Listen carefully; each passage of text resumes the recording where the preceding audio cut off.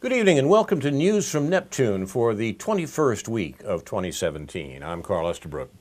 For more than a quarter century, this program has been a weekly hour of spontaneous and unrehearsed discussion of the news of the week and its coverage by the media, first on a so-called community radio station, and now via Urbana Public Television and YouTube.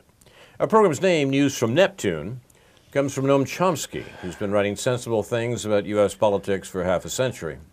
Chomsky says in the U.S. media, either you repeat the same conventional doctrines everybody is saying, or else you say something true and you'll sound like you're from Neptune.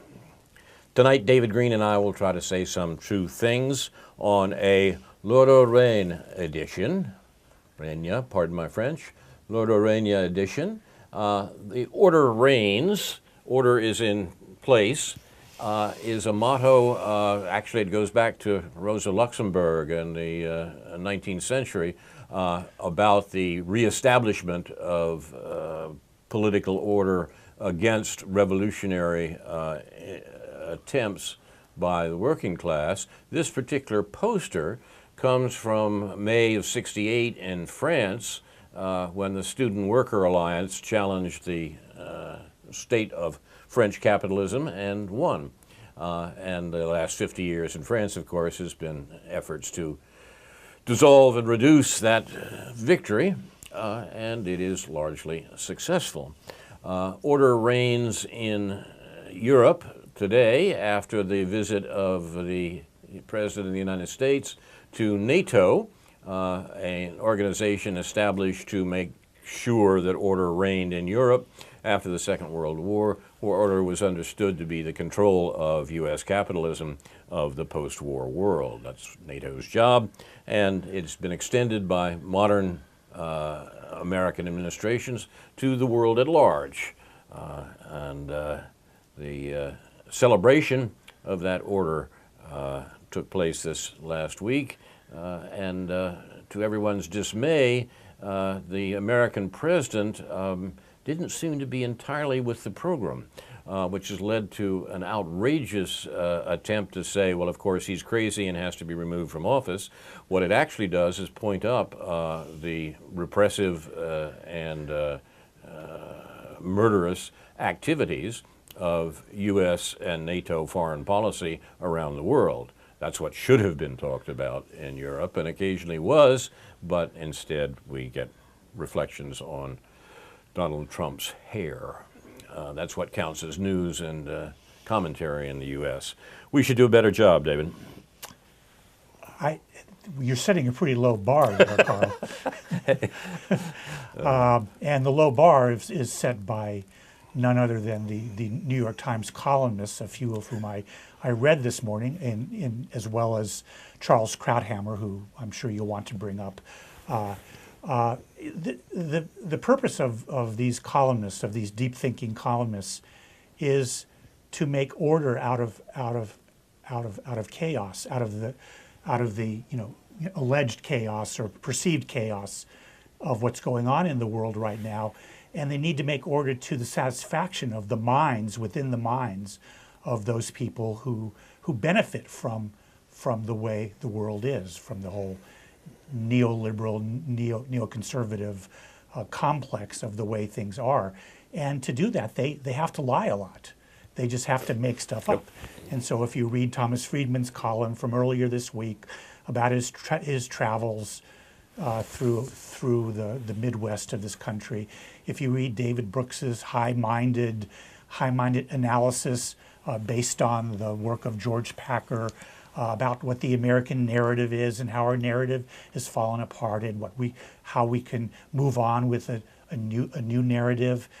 If you read Roger Cohen's analysis of the Manchester bombing and ISIS and the Islamic extremism that fueled that, if you read all of this, you can never gain a clue as to how the world is actually working, what is causing all this suffering for most of the people in the world, and even in a privileged country like ours, most of the people here.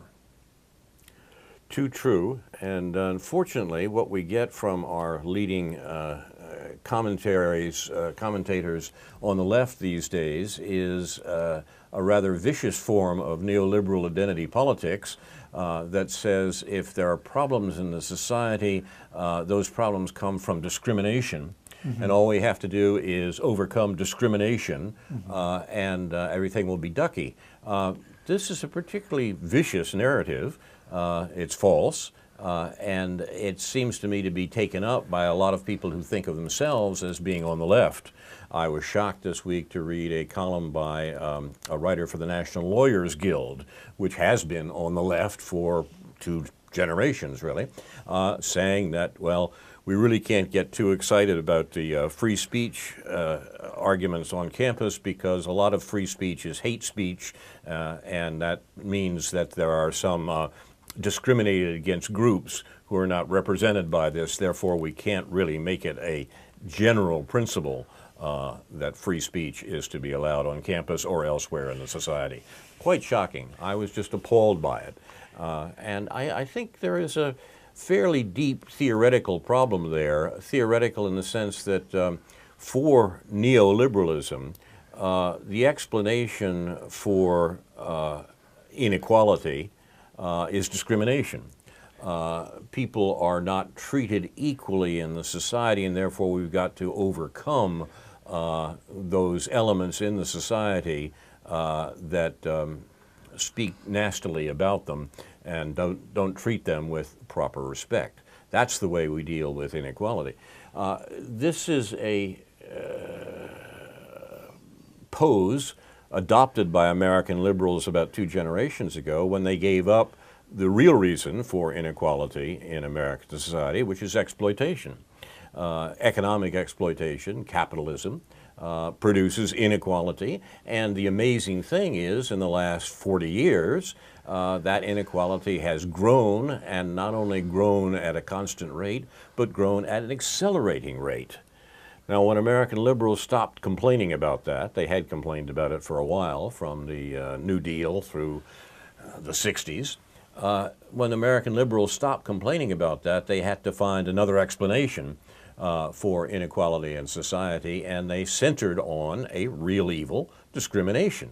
But a discrimination doesn't explain that at all. In fact, discrimination tends to be, finally, a support of an exploitative society, because it simply says that if we remove discrimination and everybody gets the same treatment, it doesn't matter if that treatment is exploitative.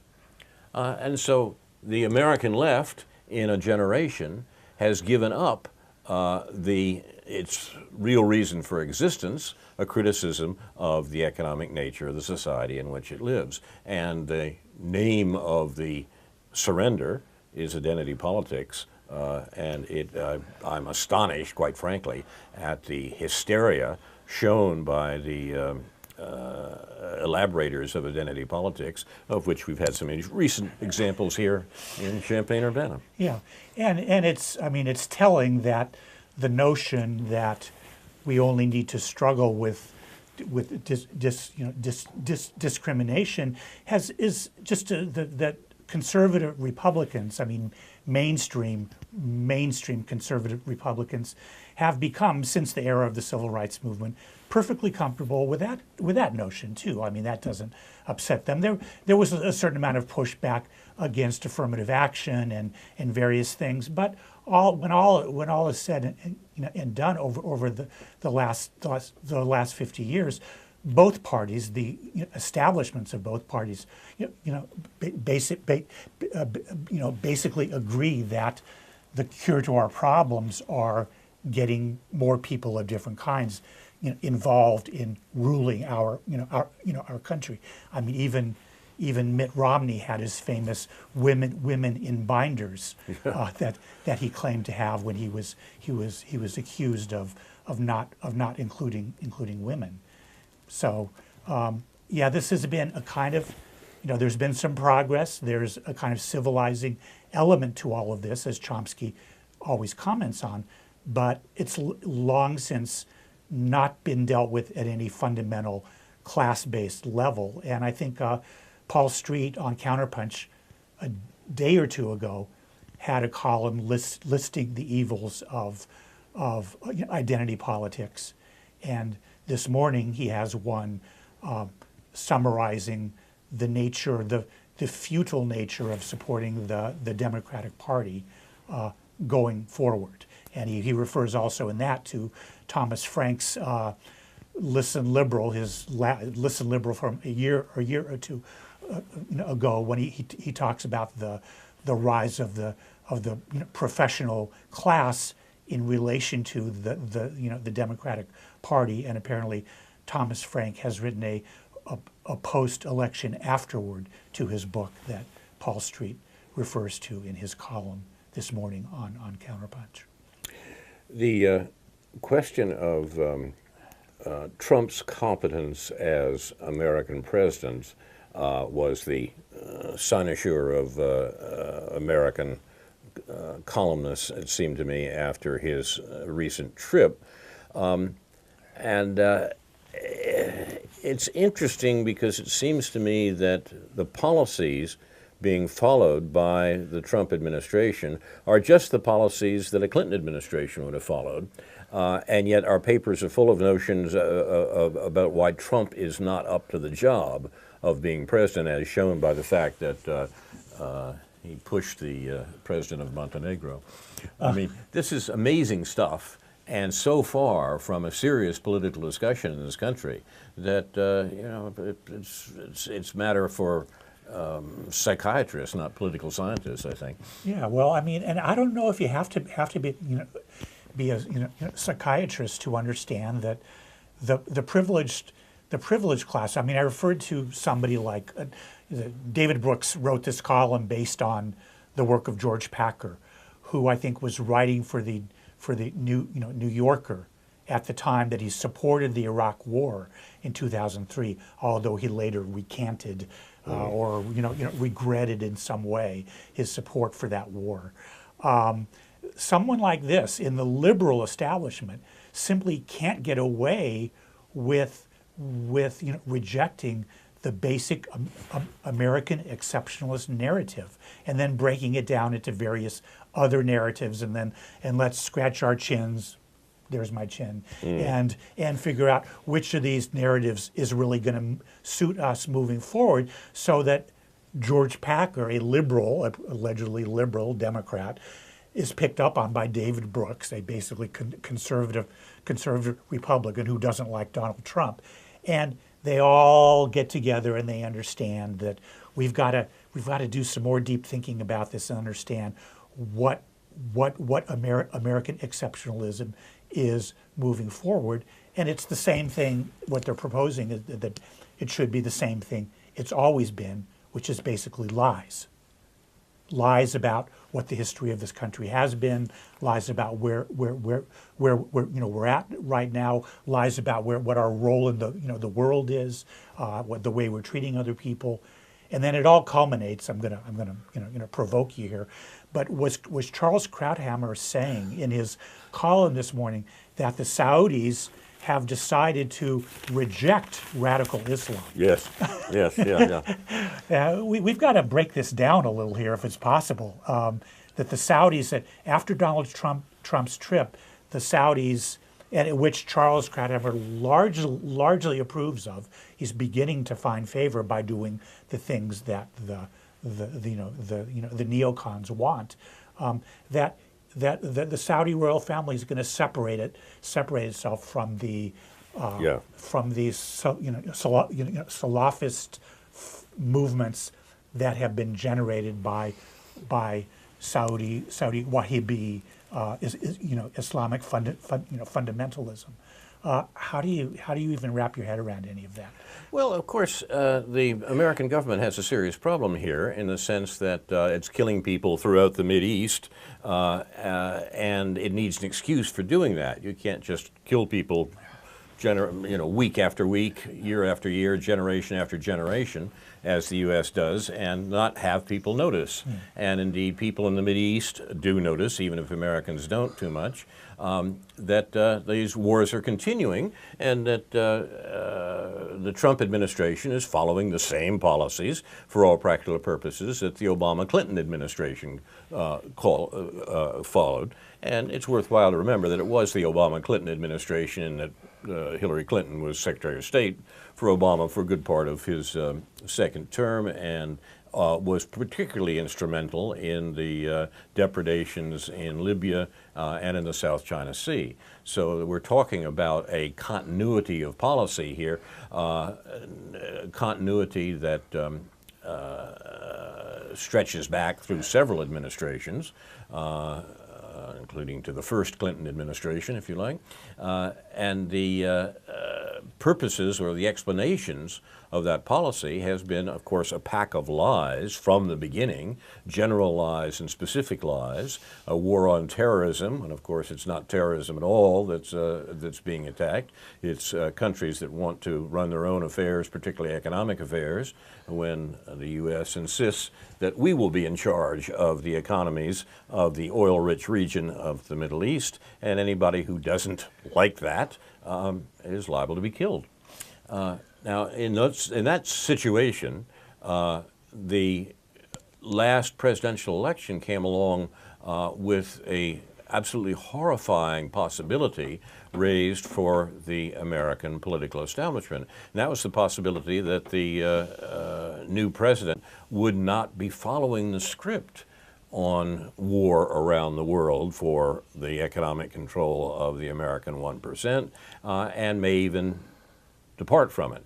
Donald Trump was the first presidential candidate in 40 years to attack the principles of neoliberalism and neoconservatism, to attack the pro-war, pro-Wall Street policies that all administrations, Republicans and Democrats, have followed since the 1970s.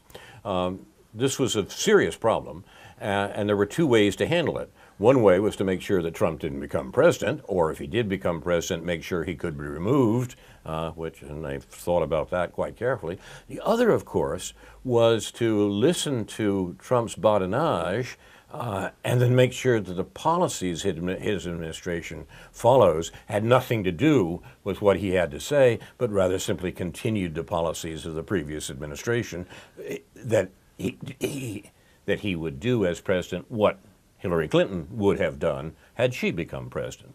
And it seems to be that the second path is the one that's been followed, up to and including provocative moves by the American Navy in the South China Sea this week. That confrontation with China in the South China Sea, rather than cooperation with the massive development program that China is working on, was an artifact of the Clinton State Department, Hillary Clinton State Department. And here it is back on the agenda, quietly, while everybody's talking about, as I say, Donald Trump's hair or his head. It's appalling to me that our politics have issued in a continuous system of war and war provocation to prevent the economic integration of Eurasia, which has been the cornerstone of American politics for a very long time and continues to be under the Trump administration, even though Trump criticized it. So it seems to me that the upshot of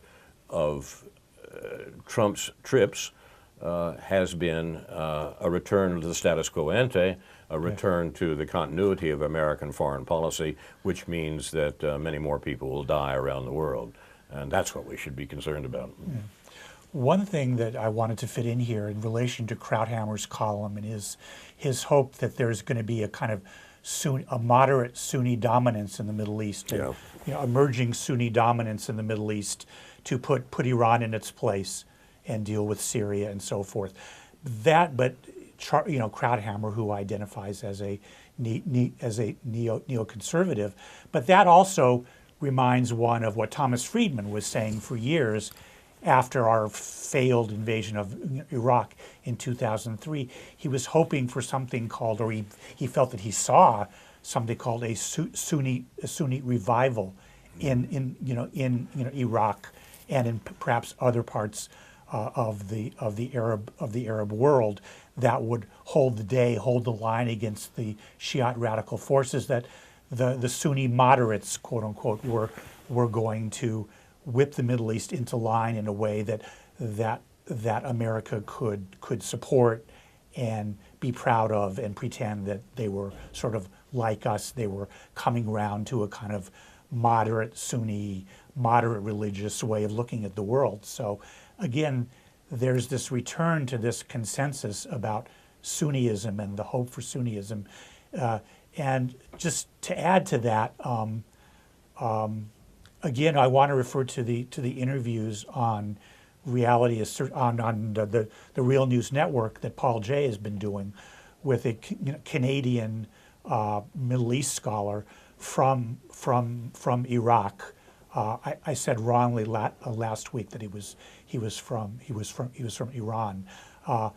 Saba al Nasri, and Paul Jay is doing a series of interviews, a total of 6, of which only 2 are posted so far. And more than anything that I've seen lately, I haven't delved into Iraqi history quite as much lately, but it's reminding me and really educating me about what the origins of Saddam Hussein were in terms of British and American intervention and indeed colonization of that country, and the whole complicated business, not just the lines of pre this Sunni Shia way of talking about the world more in terms of social class and the various ethnic groups in Iraq at the time that he and his father were growing up in that country from the early 1900s to recently. And very, very, very, very informative. I know Karen Aram raised a question with us recently about the relationship between the Sunni Shia thing and social class in the Arab world, and I think that these interviews, which relate to both his personal experience and the larger political historical context, really will give us a lot to think about in terms of those relationships in the Arab world, which have been blown out of the water. I mean, these long-term class ethnic relationships have been blown out of the water by obviously the rise of oil as the foundation of the Middle East and American interest in that part of the world, as well as the rise of this Sunni Shia divide, which means something very different, both religiously and politically, than it did up until the 1980s, really. Yes, I think it's right.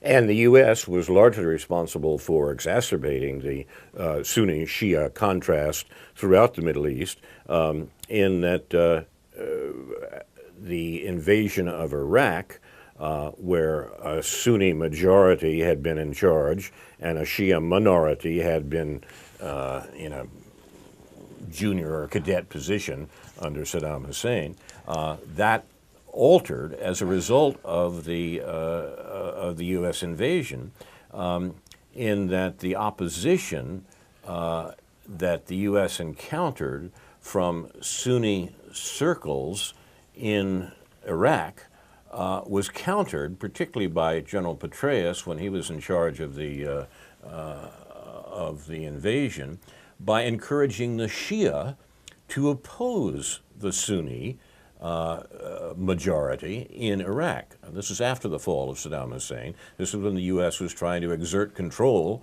in 2008 over the country as a whole. What we did is encourage the contradiction between Sunni and Shia that you might compare to the contradiction between Catholics and Protestants in Northern Ireland during the Troubles. A religious-based division that takes on, as you suggest, a class and political coloration. That didn't make much difference in Saddam Hussein's Iraq. I'm told by Iraqis who lived in the country in those days, that one wasn't even much aware of who was Sunni and who was Shia, the same way most Americans, many American Christians for a long time, haven't been really aware of who's Catholic and who's Protestant. In fact, you might argue that Americans are more aware of that than a lot of Middle Easterners were before the U.S. encouraged the contradiction for political reasons of Sunni and Shia. The contradiction worked out, though. It blew up in the Americans' faces. What essentially happened in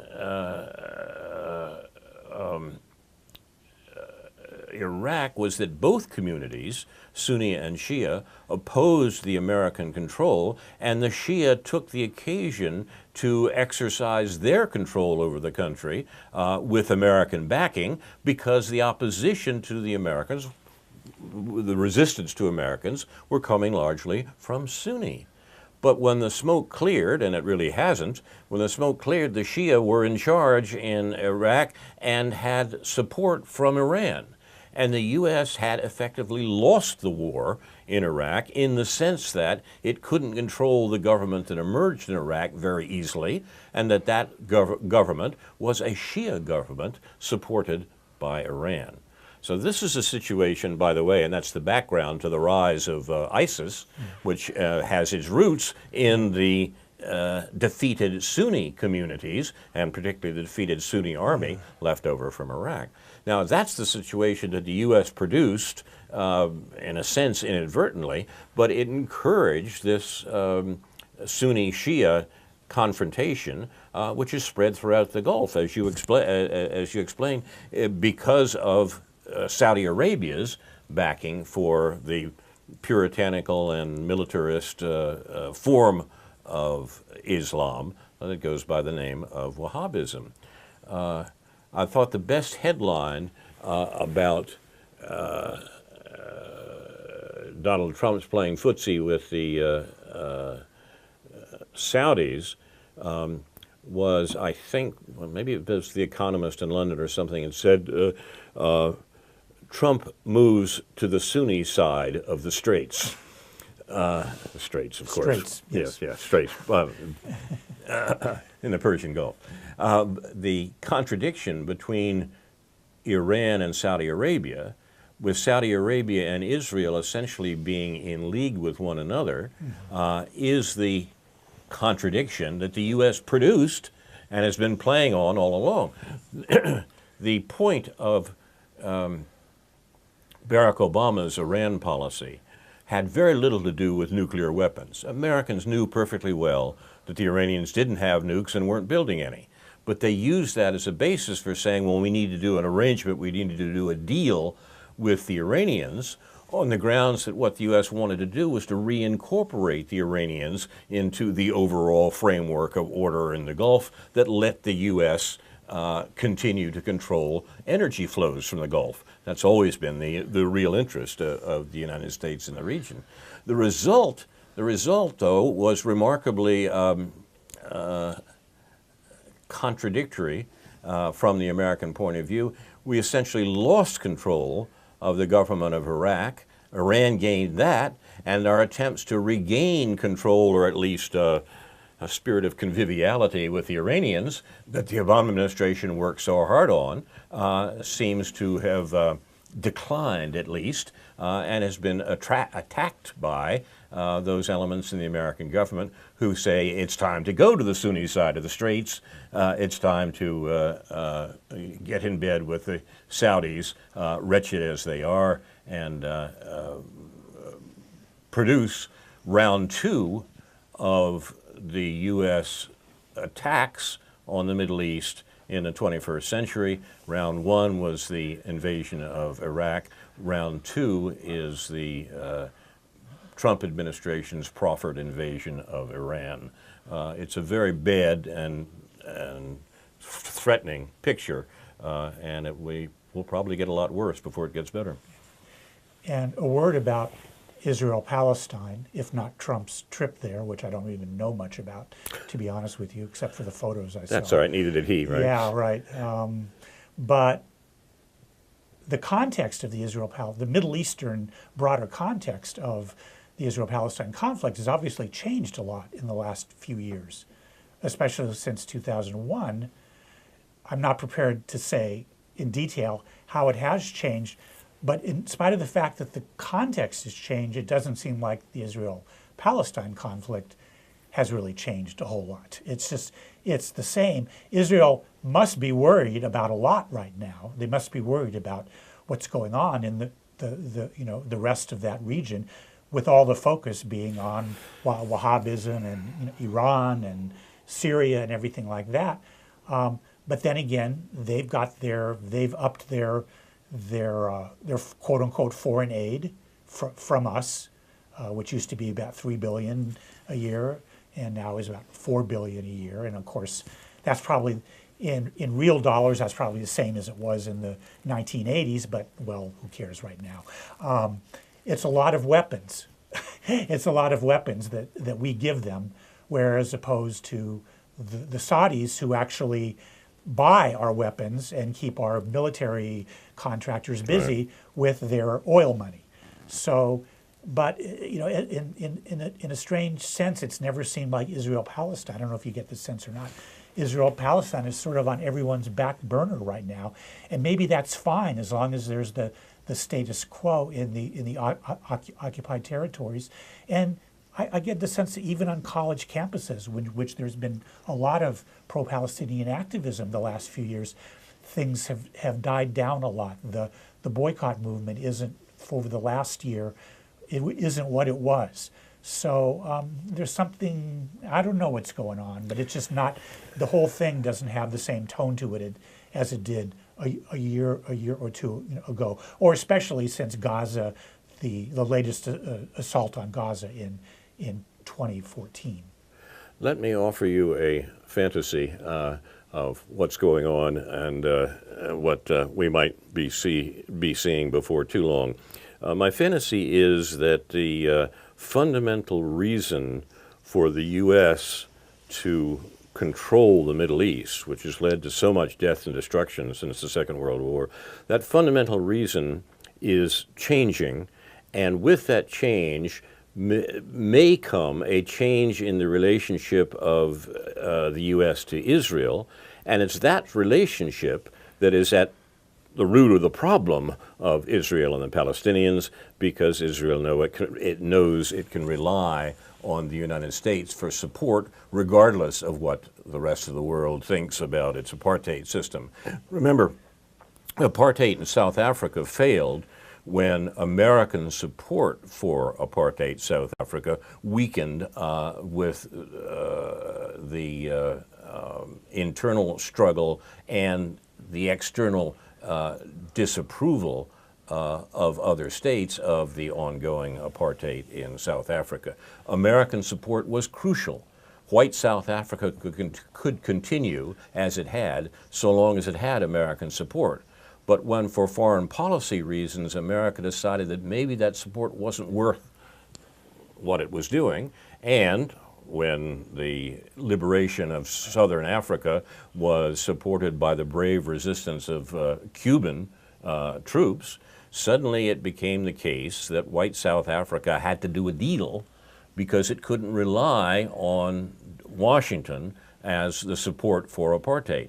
Now, history doesn't repeat itself. It does rhyme, as Mark Twain is supposed to have said, and the possibility of apartheid Israel losing support of the United States seemed to me to be at least something we should conjure with. We have to ask the question, why does the support of Israel continue, and what might make it change? I think those people are wrong who say that it's the Israel lobby's control of American policy or something that supports, that results in American support for Israel's apartheid system. It's America's long-term concern for controlling Middle East energy resources, and the fact that Israel has always been an outpost, a fort, a strong point in the middle of the region from which the U.S. could control these distant countries that get the crazy idea they want to control their own resources. Now, suppose that changes. It's interesting, oil prices dived again this week, and for several years, drawing down oil prices has clearly been American policy, in part to damage Russia, which is a major oil producer. But strange things are happening. U.S. control, which is really directed largely to Eurasia, U.S. control of oil is becoming, in a way, less important. For everything from renewables to the production of oil elsewhere in the world is suggesting that this chokehold that the U.S. has had on world politics for so long may be lessening. Now, if that's true, the U.S. concern for the Middle East could also decline, because it was never really about the Middle East itself. It was about using oil to control Eurasia. At the heart of American politics for more than a century, it's been the notion that we cannot allow an economic integration of Eurasia, and because that would threaten the profits of the American 1%. That's what the unpleasantness with the Japanese in the 1940s was about. It had begun far before that. The danger of any power organizing a good part of the Asian economy was something that the U.S. ruling class couldn't stand. That was the reason for the war with Japan, not Pearl Harbor. And the Pearl Harbor was a result, not a cause. And the American concern with the Middle East is bound up with that fundamental cornerstone of American politics. Suppose that changes. Suppose oil ceases to be a chokehold for the United States on the rest of the world.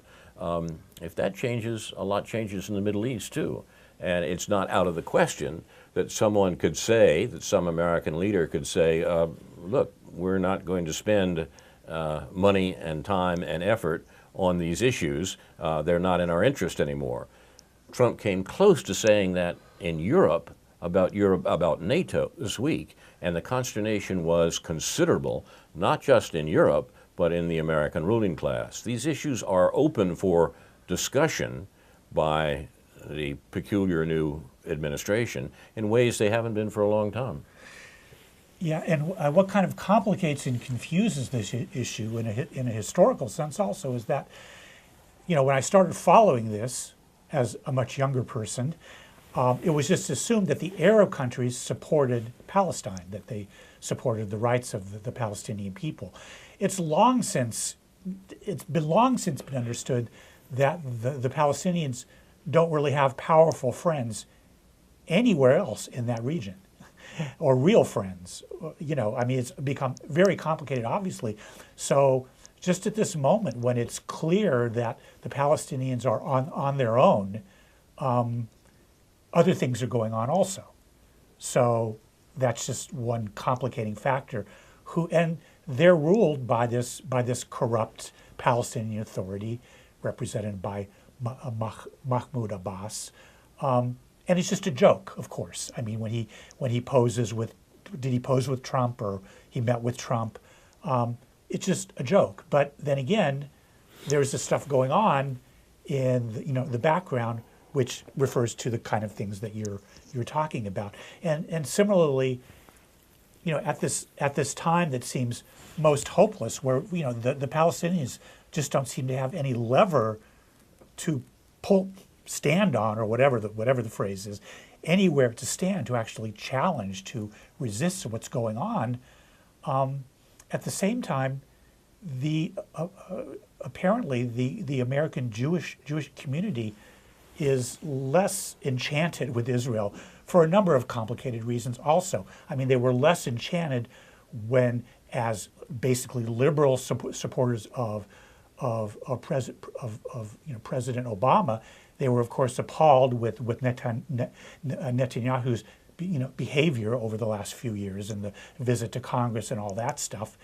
And they're equally, and as liberal American Jews, they're equally appalled by Donald Trump and presumably Jared Kushner and the whole Kushner thing and the whole David Friedman thing. And so at the same time, American Jews are probably less overtly supportive of Israel in a specific presentistic sense, as opposed to sort of a general "I still love Israel" kind of sense. And maybe perhaps a small symptom of that, maybe not, is when I drove by a liberal synagogue in Evanston earlier this week. I noticed that the "We Stand with Israel" sign that had been there for years was no longer there. Now, I didn't go in and ask anybody what happened to the sign. I actually know some people there. Might be interesting to do it. But I get the sense that there's a lot of sort of shifts going on. But even to complicate this even further, I'm not necessarily happy.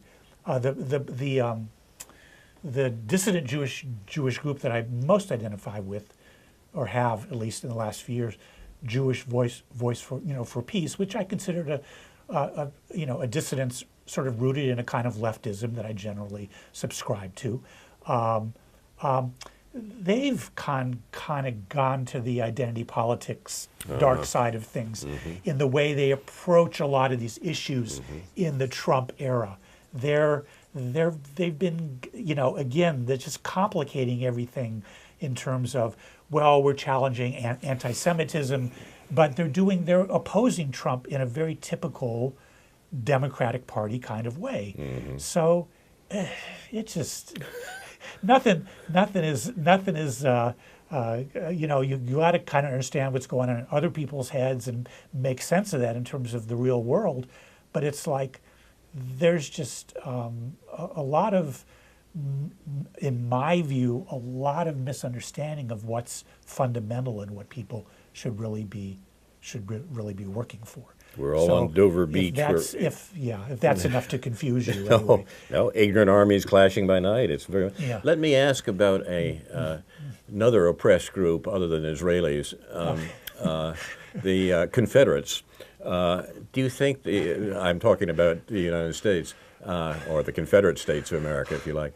What do you think of this? This is more continuous with what you were saying than I may appear. Okay. What do you think of this move to tear down Confederate monuments throughout the South? Apparently in New Orleans, there's proceeded I should declare an interest in a sense here, an interest at least in talking about what is not, I think, a straightforward issue. As a kid, I went to a high school in Virginia named Washington-Lee, named for Generals Washington and Lee, both Virginians, of course, that's Lee's statues are the Robert Edward Lee's statue is one of the ones that's being removed in various places because he was, of course, general of the Confederate armies or the leading general in the Confederate armies. I'm less interested. Well, what's going on now in terms of tearing down these Confederate monuments is seen, of course, as a progressive action. Because of the nature of the Confederacy. It was based on slavery. What do you think? Is this the right thing to do? Yeah, well, I'm not sure if it can be right or wrong without any context provided. I mean, it would be better if people understood who Robert E. Lee was. Exactly. And left his monument there. Right. But of course, the purpose of monuments is to not necessarily help us understand who somebody was. It's to that's a very sort good of point. Mystify them or mythologize them. I think that's really the key to the matter. That most of these Confederate monuments were not set up immediately in the after the defeat of the Confederacy by any means, but a generation later. We sometimes have the notion that. The oppression of blacks in America is a direct and, as it were, straight line outgrowth of slavery. There was slavery, then slavery came to an end and things got better, but only slowly, and we always have this residue of racism in America. It's not the way it worked at all, as a matter of fact. It was, in fact, the late 19th century that saw a construction of racism that did not issue from the Civil War, but was necessary in part to divide the American labor movement. And this reached a peak in the Wilson administration, desperately afraid of American labor, working very hard from suppressing the IWW to the Palmer raids to make sure that this dangerous social legislation, dangerous social proposal that was coming from the American working class not be taken seriously in America. And one of the techniques for doing that was to try to divide black and white workers, and it worked. Segregation was a construction of anti-socialist politics in the early 20th, in the late 19th and early 20th century, not a residue of slavery. The construction of these Confederate monuments were part of that operation, an attempt to try to convince people about the virtues of the Southern side in the Civil War, and to make it to counter the narrative that was part of American political mythology. We sometimes forget how important that political mythology that you just mentioned is in America. Then the two central nodes of that mythology are the Civil War and the Second World War. Most Americans have what are fantastic, literally fantastic, a matter of fantasy, notions of what the American Civil War was about and what the Second World War was about, and they form the basis for modern politics. We might talk parenthetically here about the upcoming celebrations of the Vietnam War, which is an attempt to do, in some sense, the same thing. But it seems to me that the idea of tearing down Confederate monuments should lead us to think about why they were put up in the first place. What was going on there? Why was racial animosity being encouraged by American society in the late 19th century so that these dead generals would become figures of veneration? A real discussion about the Civil War, what the Civil War was, it was not a crusade to end slavery, would be very worthwhile. A real discussion of what the Second World War was about would be very worthwhile. It was not a crusade to end the concentration camps. And to understand American history in this way reminds us of Noam Chomsky's observation that there's a good reason that people don't study history. It just teaches us too much.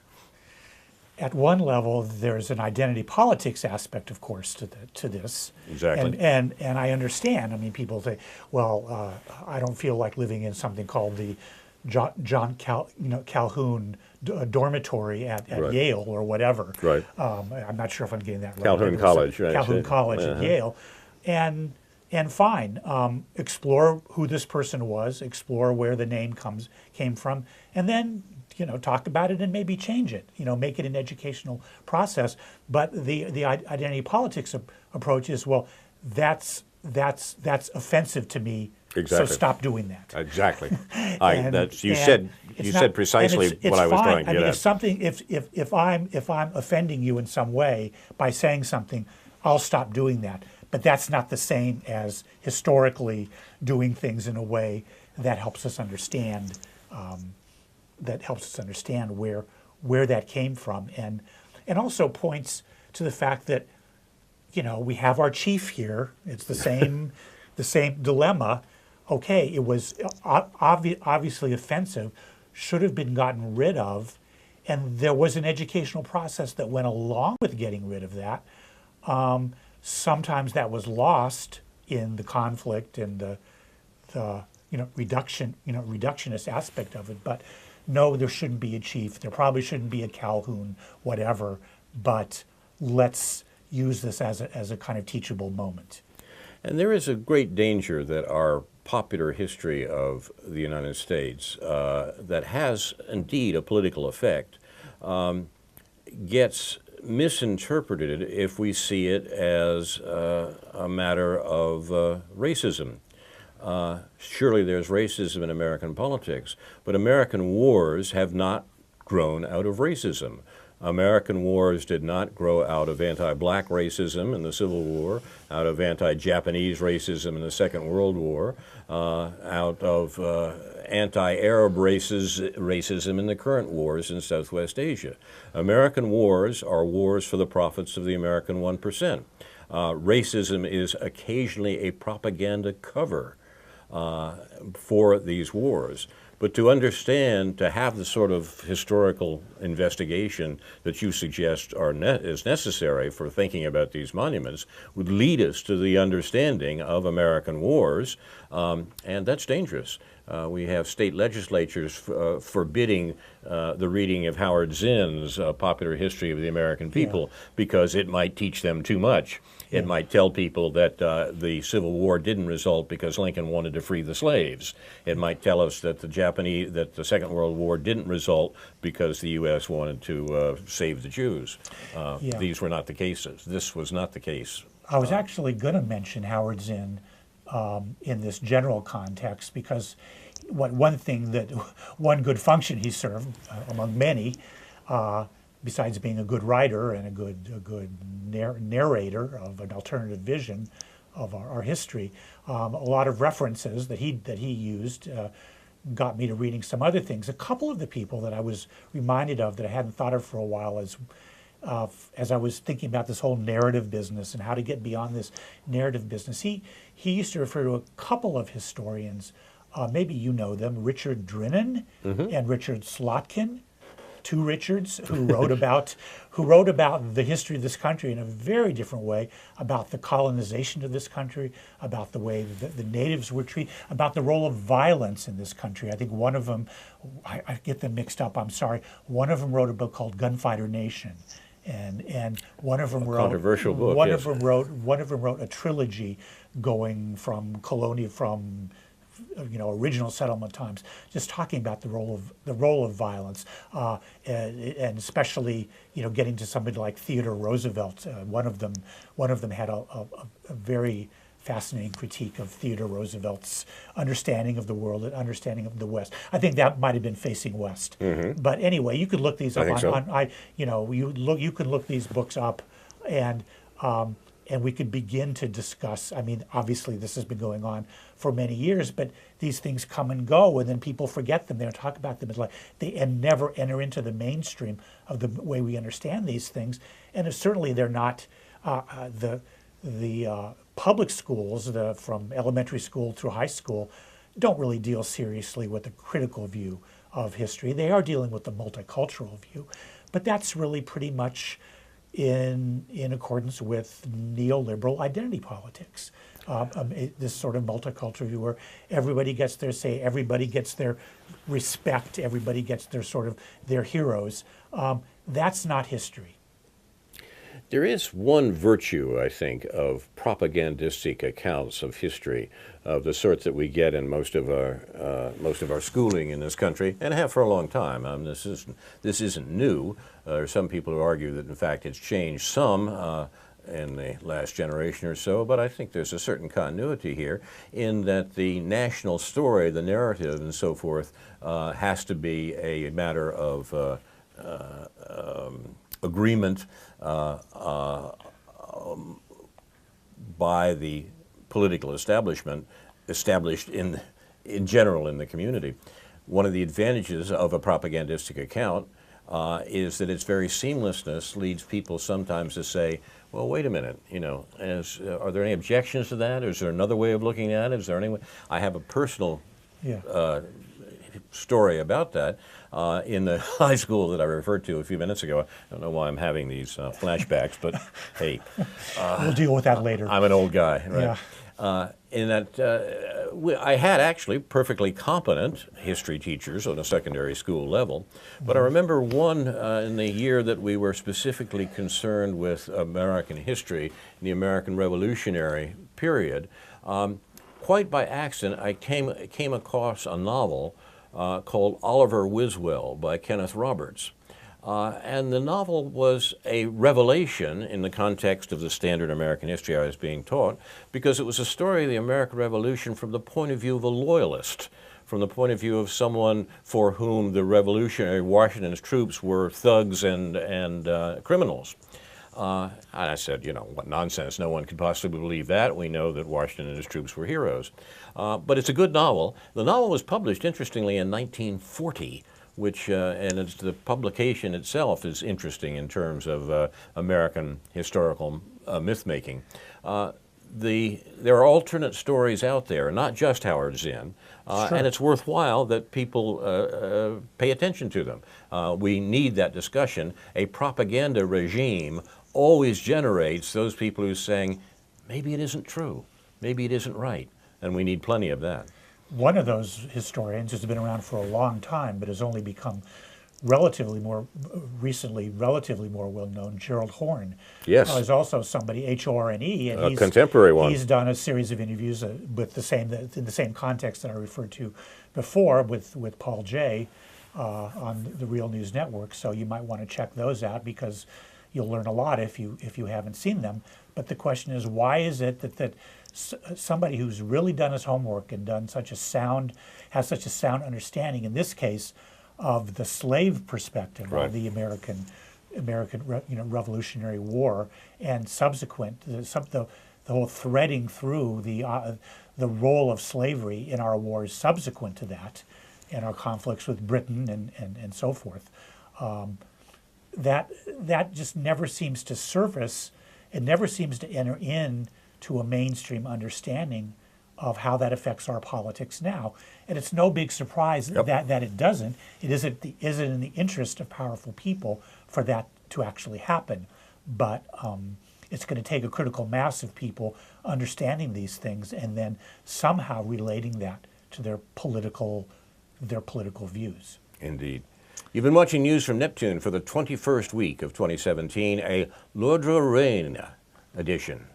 Presented by Carl Estabrook and David Green. Produced and directed by Jason Liggett, Joseph Gash, and Andrew Scholarite. With thanks to Dr. No, J.B. Nicholson for research. Inshallah, we'll be back next week with a new edition of News from Neptune to remind you, in the words of Edward de Vere, what's past is prologue, what to come in yours and my discharge. And in the meantime, confusion to our enemies, and a good night to you.